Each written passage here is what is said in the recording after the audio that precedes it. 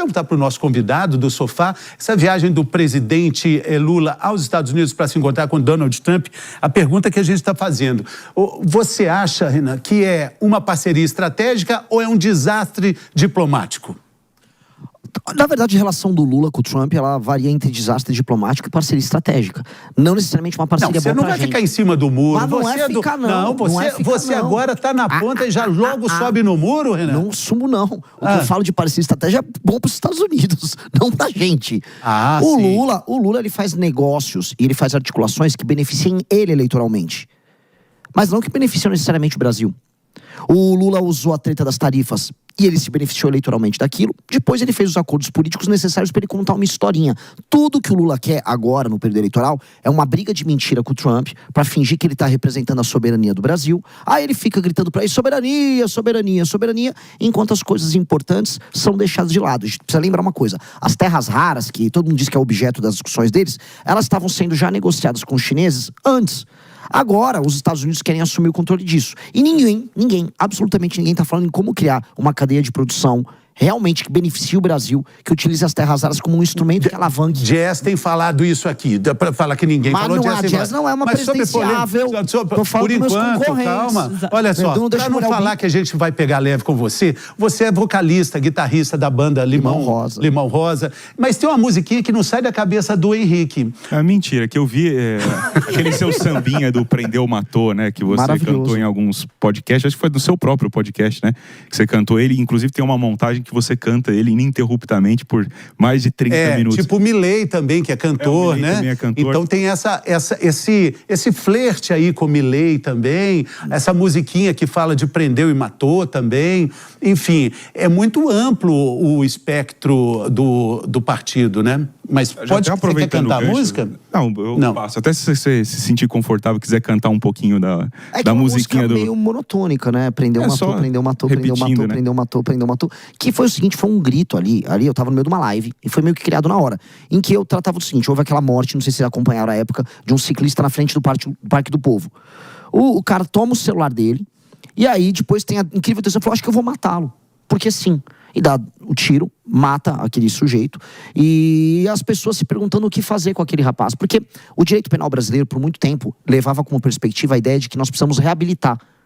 Nesse momento, nós voltamos para a nossa rede de rádio. Estamos com o Renan Santos aqui, do partido Missão. A Ana Ering me corrigiu tanto, não pode falar o Missão, mas o partido Missão. Pode ser o partido Missão ou a sabe Missão. O tanto que a Ana fala, não pode falar o partido. Missão é o que o PT fez durante todos esses anos de governo. Eu pensei que o Missão era sobre a posição de vocês nas eleições passadas, né? Que vocês declararam neutralidade no segundo turno. Coragem do Henrique. Não existe neutralidade nada aí. Coragem do Henrique. Omissão é você adotar o caminho mais fácil. O caminho mais fácil é puxar saco de um, puxar saco de outro. O caminho nosso foi arrumar briga com os dois maiores blocos políticos do Brasil. Isso é o oposto de ficar no muro. Isso é pagar um preço muito caro pelos seus valores. O caminho fácil é fazer como, por exemplo, nossos concorrentes diretos aqui, no primeiro turno. Vou botar o Zema ou o Caiado, que ficaram puxando o saco do Bolsonaro.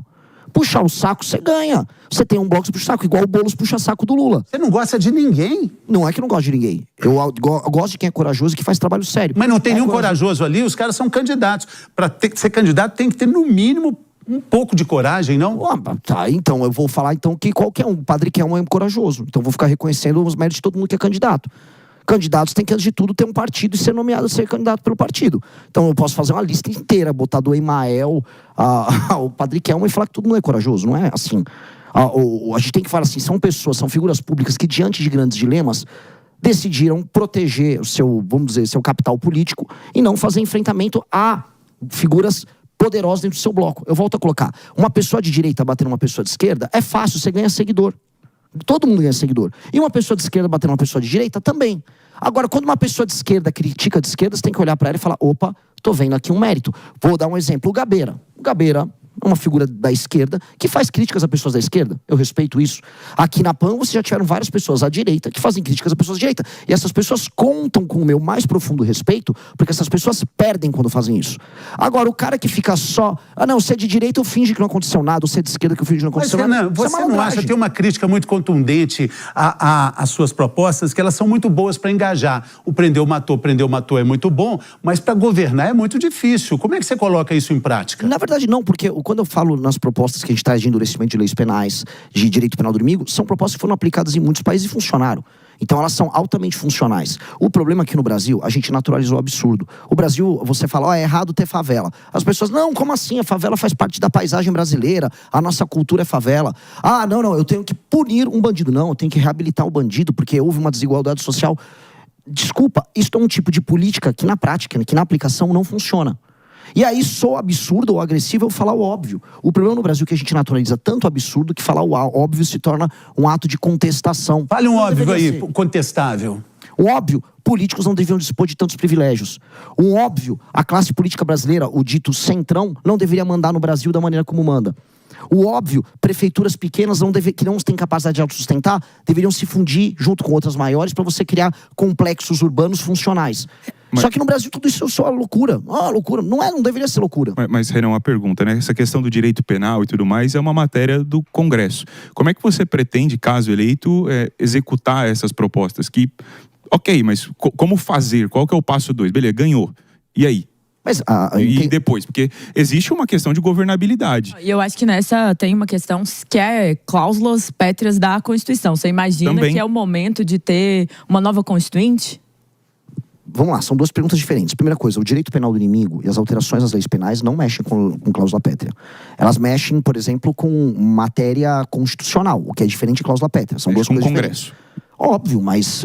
E presidencial? O presidente ele tem poder de iniciativa para projetos, tanto com medidas provisórias, quanto projetos de lei, quanto PEC que ele manda. O Henrique, ele está falando de governabilidade. Então, eu vou reinterpretar a tua pergunta. Você está falando, você teria que ter governabilidade. Lógico. Num regime republicano democrático, você tem que construir governabilidade. O problema é que a gente vive num país doente, maluco, que a governabilidade se dá tendo que fazer acordo com bandido. E, infelizmente, todos os presidenciáveis, se chegarem lá, vão ter que sentar na mesa para conversar com bandido. Porque o povo brasileiro elege bandido. O povo brasileiro vem de voto e elege bandido, e você vai ter que sentar lá para conversar com o bandido. O que eu não vou fazer é negócio com o bandido. Não, mas você pode fazer negócio com Donald Trump, por exemplo, que quer interferir na soberania nacional de alguma forma. Aí é um papel de Estado que o presidente da República... Você concorda que ele entre aqui para combater as facções criminosas? Nunca. Não deixaria? Nunca. Mas aí você já vai brigar com o Trump? Isso não é brigar com o Trump. Ajuda sim. O quê? Parcerias estratégicas. Parceria tecnológica, parceria de troca de informações sobre movimentações financeiras. Não, tem que entrar para subir o morro. Não, ter tropas americanas no território brasileiro? De certa forma. Uma base militar aqui, como parte da direita. Eu não sou o Flávio Bolsonaro, que ficaria, assim, ele teria prazer quase sexual em uma coisa dessa acontecer. Ou o Lula vem da China se colocar aqui. Quem tem que fazer isso são as forças policiais. Mas a China nunca falou em vir pra cá, né? Mas eu tô falando do prazer sexual do Lula com a China. Não tô falando se a China vai colocar ou não a tropa aqui. Estou falando outra coisa, deixa eu molhar o bico. O caso do Trump e o caso da direita brasileira e da esquerda brasileira são casos de um puxa-saquismo crônico. Um com a China e outro com os Estados Unidos. As forças policiais brasileiras, eu tive no BOPE, as forças policiais brasileiras dispõem de toda a capacidade de destruir o crime organizado. Assim como o COAF, a Polícia Federal, dispõe dos instrumentos de inteligência para isso. O Estado brasileiro tem que querer fazer. Agora a questão é o seguinte, a gente está debatendo aí com muita dificuldade a escala 6x1, dificuldade que eu digo de um consenso. Você com ideias tão mirabolantes com relação até... Mirabolante? Questão criminal, poxa, prendeu, matou é uma ideia mirabolante. Ou não é só letra de música, né? Na China, nos Estados Unidos, no Japão, é basicamente lei e ordem. Quem não tem no Brasil. Não, mas peraí, prendeu, matou é muito radical. Não, é bem simples, olha só. Você é um bandido, você gosta do modelo chinês? Eu acho que a China impõe lei e ordem, e impor lei e ordem contra o crime, ou seja, penas muito duras e capacidade de Estado. É um princípio comunista esse aí, hein? Não é, cara. É o princípio basilar da ideia de Estado. Uma das funções primordiais do Estado é impor ordem dentro do seu território. Não importa se é Estado liberal, se é um Estado democrático, de direito, se é um Estado comunista, se é um Estado despótico, absolutista, monárquico, teocrático, todos têm que impor lei e ordem. Quando um Estado fala assim, eu não vou impor lei e ordem, eu vou achar que o bandido ele tem um papel social, como é o caso do Brasil, aí as pessoas morrem, é o que acontece. O prendeu, matou é muito simples. Você é um bandido, você está numa favela, você está com uma metralhadora. Você viu o policial se chocou com você, está na sua frente. O que você faz? Se você se entregou, prendeu. E se você não se entregou? Matou. Não, mas vamos levar isso para a Avenida São Luís, aqui na Praça da República? Então vamos lá, tem um cara com metralhadora. Não, eu com meu celular. Aí é bem simples, você tá andando na rua com o seu celular, aí vai aparecer um bandido. E o bandido vai com uma outra regra, entregou, matou. Se você entrega, talvez você não morra. Se você não entregar, aí você morre. Mas a polícia prendeu o cara que roubou meu celular. Aí ele vai preso. E tem que ficar muito tempo. Aí nesse caso não tem a parte do matou. Prendeu ou matou. Prendeu ou matou. A gente só pôs então mudou a letra, hein? Pra caber na música, mas tem que caber na música. Tem que caber na música. Porque assim, prendeu, matou, ele tem uma métrica. Se eu boto prendeu e matou, aí ficou ruim. Falar em música, por exemplo, tem uma música dos Titãs muito boa, Sonífera Ilha e tal. Falando sobre ilha, qual político de Brasília você levaria para uma ilha deserta para ficar 1 ano com ele? Kim Kataguiri. Difícil, né? Porque ele ia ficar jogando videogame, cara. Você nem conseguiu conversar com ele. Uma ilha deserta não tem videogame. Fala o nome, pra ficar lá, convivendo durante 1 ano. Pô, é muito difícil isso. Eu realmente nunca imaginei uma situação... Tudo bem, então escolha um pra ficar lá pra sempre. Um que você deixaria. Pra isolar lá... Eu isolaria um que com certeza vai vencer a eleição para deputado federal, que é o Zé Dirceu. Ele é o homem mais inteligente do PT, ele é um estrategista. Eu venho estudando os planos que ele vem tendo para a reeleição do Lula e o que o Lula deveria fazer após eleito. Muitas pessoas acham que você pegou... exatamente isso, porque existem coisas, até num podcast recente foi colocado que as ideias do Dirceu pareceriam muito as suas, mas no caso seriam mais as suas parecidas com a do Dirceu, dado que ele é mais velho. Em algum momento você se inspirou em algo que o Dirceu fez? Você falou agora de lideranças brasileiras, você colocaria o Dirceu como uma liderança que você utilizou como base para suas propostas? Não porque o Zé Dirceu, quanto proposta, tá? Não porque o Zé Dirceu não falava, por exemplo, na lei de responsabilidade gerencial que eu estou propondo. O Zé Dirceu em nenhum momento falou em reabilitar São Paulo dentro do Pacto Federativo. Inclusive o partido dele, que esteve no poder há mais de 20 anos, não fez isso nenhuma vez, sequer propôs. Ele tem um livro de 99 que ele fala sobre reforma política. Só que as coisas que eu falo para uma reforma política não são as coisas que ele falou em 99. Eu tive esse cuidado de ver depois, porque ele falou, não, eu já tô falando há mais tempo. Idade não quer dizer que você virou dono de ideias se você não as proferiu anteriormente. Então, ele está falando as coisas que eu tô falando, assim como outras pessoas estão falando também, porque o que a gente está trazendo, de maneira muito humilde, são soluções práticas para o Brasil. Soluções práticas para, por exemplo, pequenos municípios que, assim, sugam dinheiro do fundo de participação dos municípios, mas que não conseguem entregar resultados em termos de indicadores que melhorem a vida das pessoas. O Dirceu agora quer abordar. Fico feliz quando vai do Dirceu a, sei lá, o Flávio Bolsonaro concordando com as ideias que eu tô falando, quer dizer que eu tô falando alguma coisa interessante. Muito bom. Uma dúvida, aproveitando que a gente entrou aqui na questão de música, você recentemente se enfiou aí numa treta com Wesley Safadão a respeito de cachês altos em shows públicos. Por que você achou que era uma briga necessária comprar nesse momento? Mais do que entrar numa briga, eu fui condenado pela Justiça do Ceará, que gosta de me condenar. Eu não posso falar do governador do Ceará, não posso falar do Wesley Safadão. Eu fui condenado por dizer que o Wesley Safadão, ele é muito próximo de figuras políticas envolvidas em escândalo de corrupção no estado do Ceará, e ele é viciado. O Wesley Safadão, ele é muito safado no sentido de que ele tem uma tara também quase sexual em fazer show em cidade minúscula recebendo cachê de mais de R$1 milhão. O cara gosta disso. E eu acho que um município pequeno, que não consegue se sustentar do ponto de vista econômico, não tem o direito de fazer um show gigantesco, com um faturamento enorme, com Wesley Safadão. Eu acho que ele tem outras prioridades do tipo esgoto, do tipo alfabetização. Faria um feat com o Safadão? Eu acabei de gravar um vídeo pra fazer um desafio com ele. Pra mim, o Safadão fazer um show no município tem que ser um prêmio que o município recebe caso ele melhore seus índices de esgoto, de educação, de segurança, aumento da atividade econômica. E aí o município, pode fazer seu show com o Safadão. Só que ele tem que entender isso. Então, se ele se comportar como um prêmio, tá tudo maravilhoso. Agora, se ele for pra uma cidade como Cochichola, no interior da Paraíba, com 1.800 habitantes, com praticamente nenhum indicador básico funcional, com todo respeito, isso ele tá contribuindo pro problema e não pra solução do Brasil. E a gente tem a repercussão também de uma pesquisa feita em 10 estados com relação a presidente, né? O resultado, Renan, é que o presidente Lula lidera em 5 estados e Flávio Bolsonaro está na frente em 4. petista vem mostrando crescimento em Minas Gerais, mas perde espaço em São Paulo. E, além disso, também o Flávio tem reforçado nos últimos dias a defesa da redução da maioridade penal. Graduações de 14, 16 anos. Esse parece ser o grande discurso da campanha, né? A redução da maioridade penal. Até os eleitores do presidente Lula, a gente mostrou aqui no programa, defendem isso também, né? Seria algo que você gostaria de contemplar também no seu provável governo? Eu obviamente defendo. Eu defendo que para crimes hediondos não existe maioridade penal como acontece em outros países. Se uma criança de 12 anos foi capaz de violentar sexualmente uma mulher, não importa a idade da mulher, se ela foi capaz de ocultar um cadáver, ela tem que ser capaz de ser presa por muito tempo. Não existe reabilitação para um psicopata dessa natureza. Dito isso, o senhor Flávio Bolsonaro e outros que todos agora querem penas muito duras e tal, ele teve 8 anos de mandato como senador, tendo o pai dele como presidente da República e nunca propuseram isso. Na verdade, o pai dele, o Jair Bolsonaro, não andou com nada em matéria penal no Brasil. Muito pelo contrário. Quando o Moro colocou o pacote anticrime, foi o senhor Bolsonaro que trabalhou para desarticular. Ou seja, ele teve uma agenda pró-bandido no governo dele. E não adianta o Flávio falar que não. Não adianta o Flávio falar que não.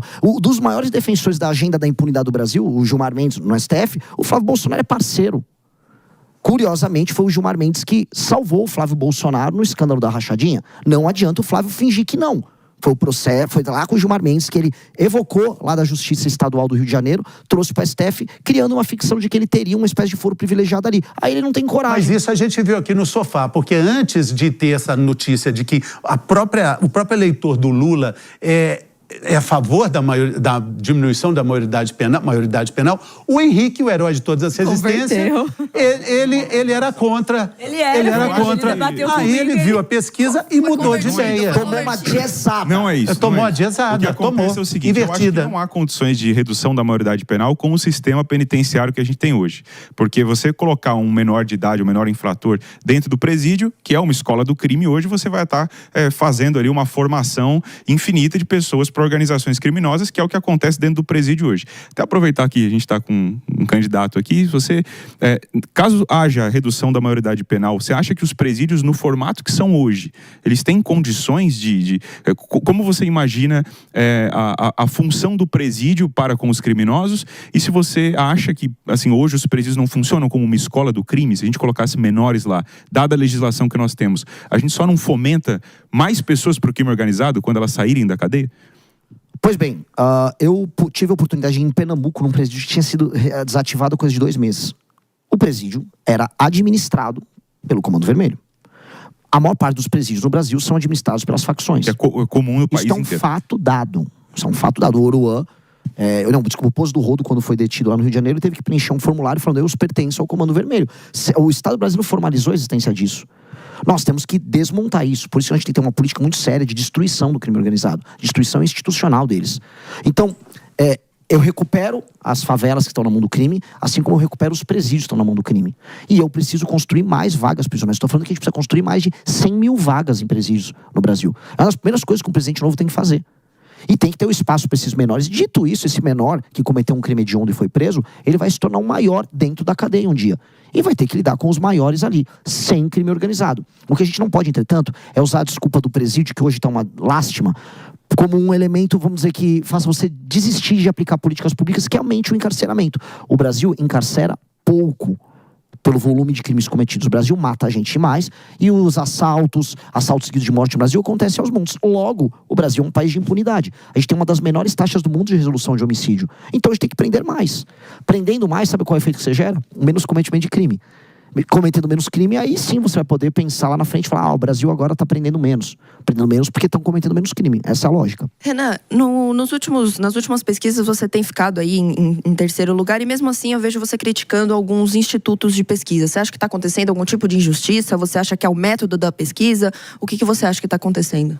Putz, assim, tem um especial, o Quest, eu não consigo levar a sério. Depois que eu chequei, assim, o Quest fica só me dando 1%. E ninguém, eu fui no Vilela, Inteligência Limitada, maior podcast do Brasil.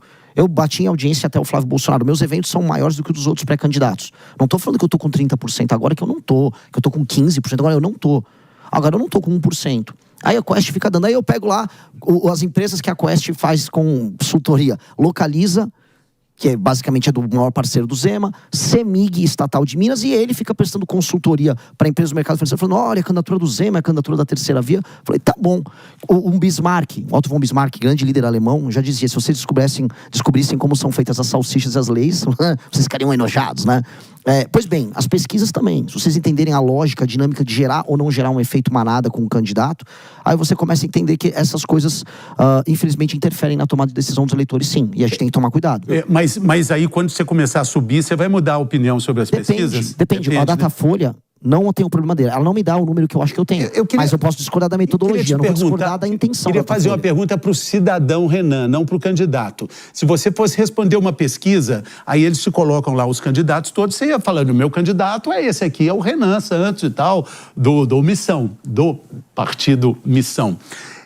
Mas esse mesmo cidadão fala, e agora o quadro no segundo turno, entre Lula e Flávio Bolsonaro, você vota em quem? Cidadão Renan?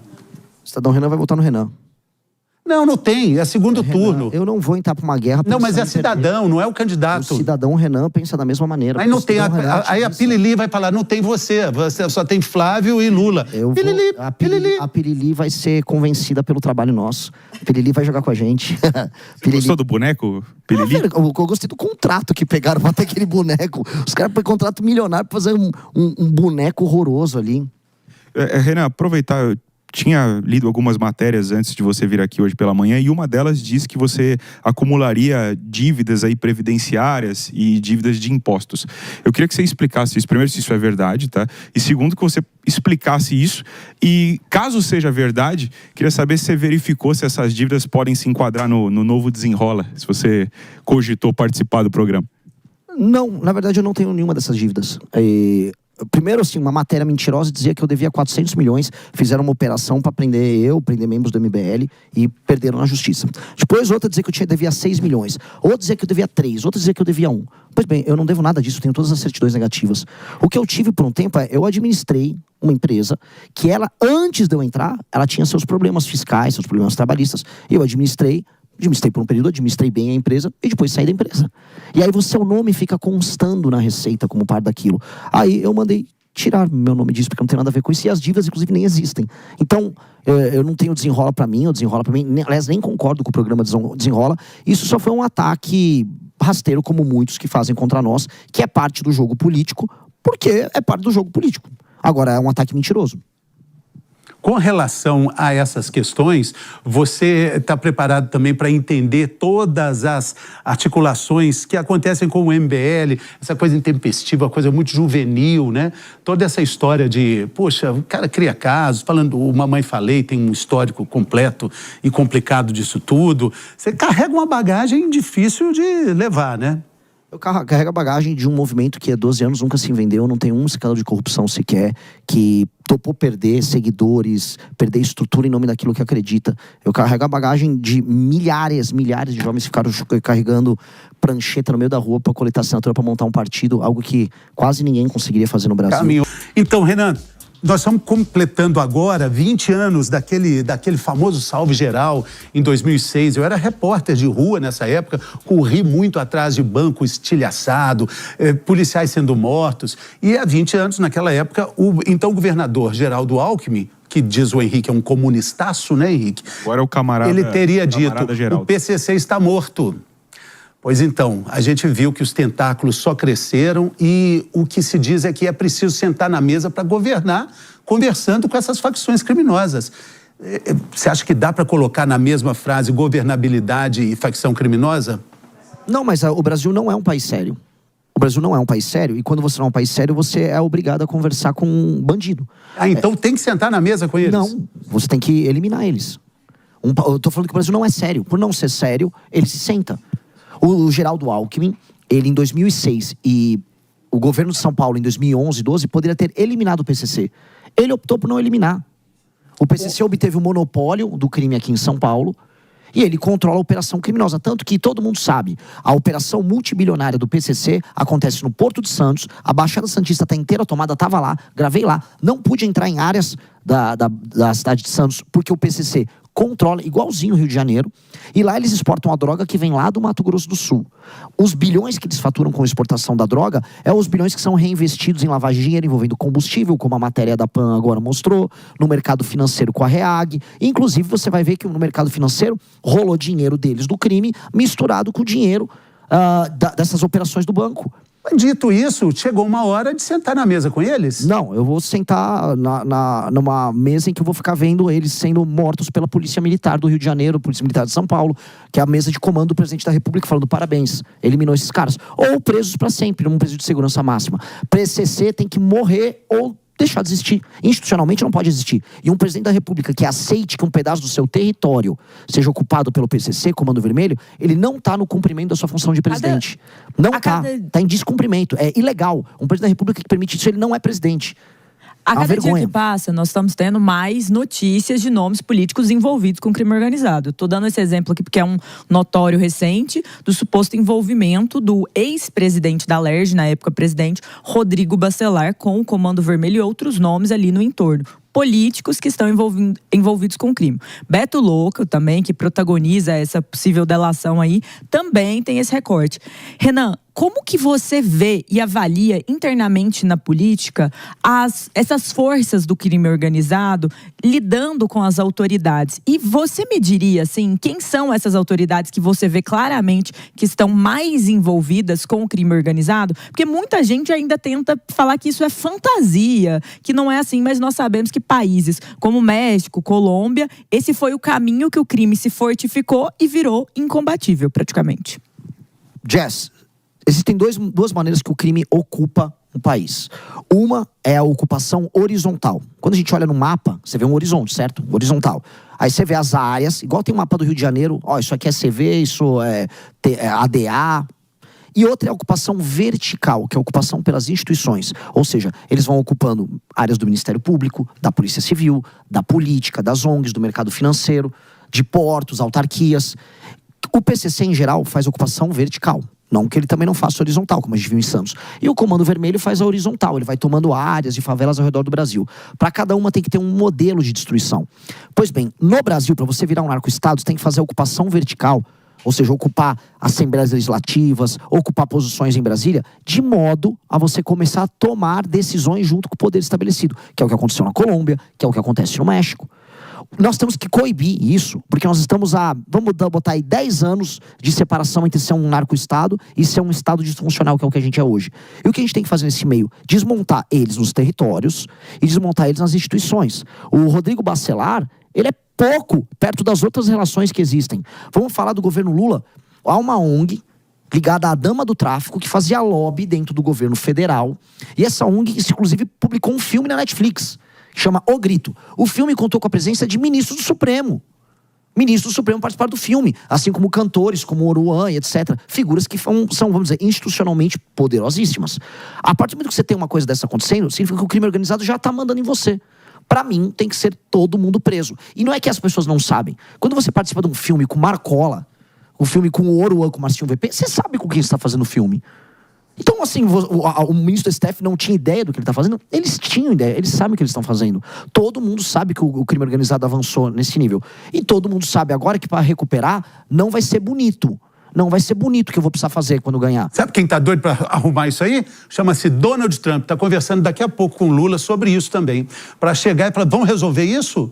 Vamos resolver? É uma ideia também, pode ser uma colocação. A gente perguntou sobre isso também, né? Você acha que vai ser uma jogada de marketing do Lula, que tem a chance dele causar alguma situação ali para ele utilizar isso na campanha eleitoral, tendo em vista que a rejeição dele tá aumentando e, querendo ou não, o governo tá cada vez mais mal avaliado? E quando foi esse confronto com o Eduardo Bolsonaro, ele cresceu bastante em relação à opinião popular?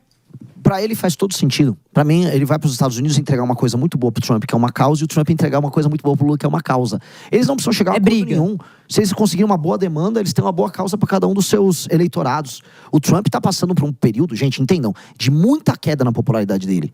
A guerra, o conflito no Irã, pro Trump foi um desastre. A questão das tarifas geraram pressão inflacionária no eleitor de classe média do Trump. Ele está com graves problemas. E o Trump não costuma passar um dia sem arrumar uma confusão. Exato. Será que hoje vai passar? Agora é uma confusão que ele gosta. resposta, né?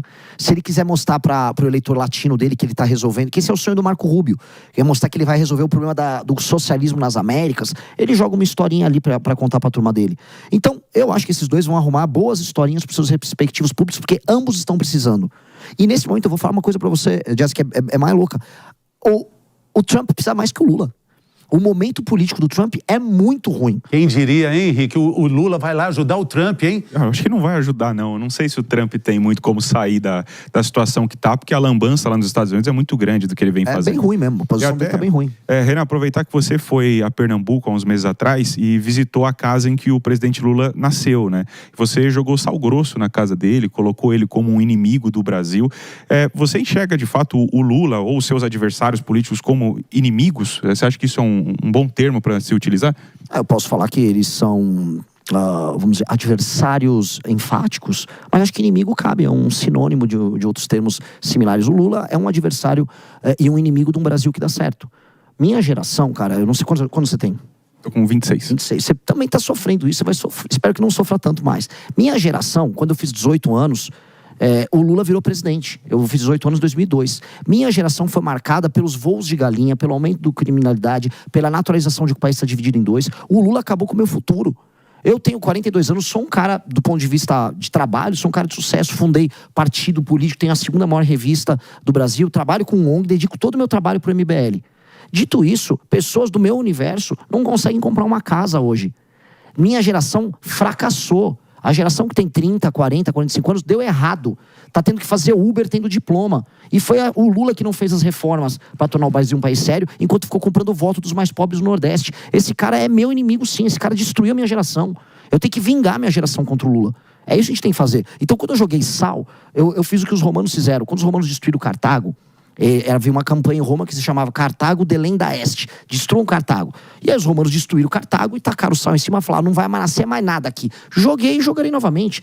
Não pode nascer outro líder populista que divide o próprio país, fica servindo com uma espécie de cafetão da miséria e achando que vai ficar tudo bem. Não vai, cara. Ele acabou com a minha geração e eu vou acabar com a carreira dele. E se você fosse na casa do Milei, lá na Argentina, aí você não ia jogar sal? Você ia jogar sal num churrasco argentino com o Milei.